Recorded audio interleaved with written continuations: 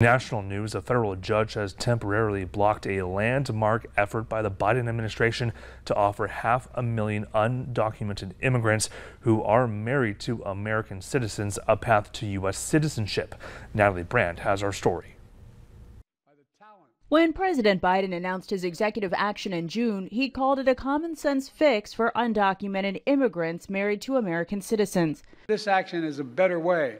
It doesn't tear families apart while requiring every undocumented spouse to fulfill their obligations under the law. But today, the program is on pause after a federal judge in Texas temporarily blocked it. It followed a lawsuit by 16 states with Republican attorneys general. President Biden's policy allowed unauthorized immigrants to apply for temporary work permits and have deportation protections if they're married to a U.S. citizen and have lived in this country for at least 10 years.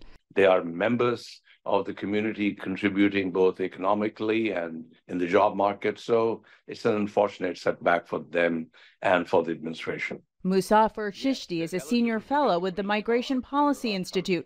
He describes the challenges those spouses had faced under congressional law.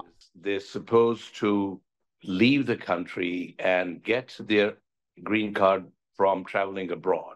So that's obviously a huge inconvenience and separates families. President Biden introduced the policy after a separate executive action he announced to limit asylum seekers at the southern border. That was met by major pushback from progressives. In the absence of congressional action, the border remains a top election issue. We will seal the border, stop the invasion, and launch the largest deportation effort in American history. While this latest challenge plays out in the courts, the Department of Homeland Security confirmed Tuesday the agency will continue accepting applications for Biden's spousal policy, but it had stopped approving cases.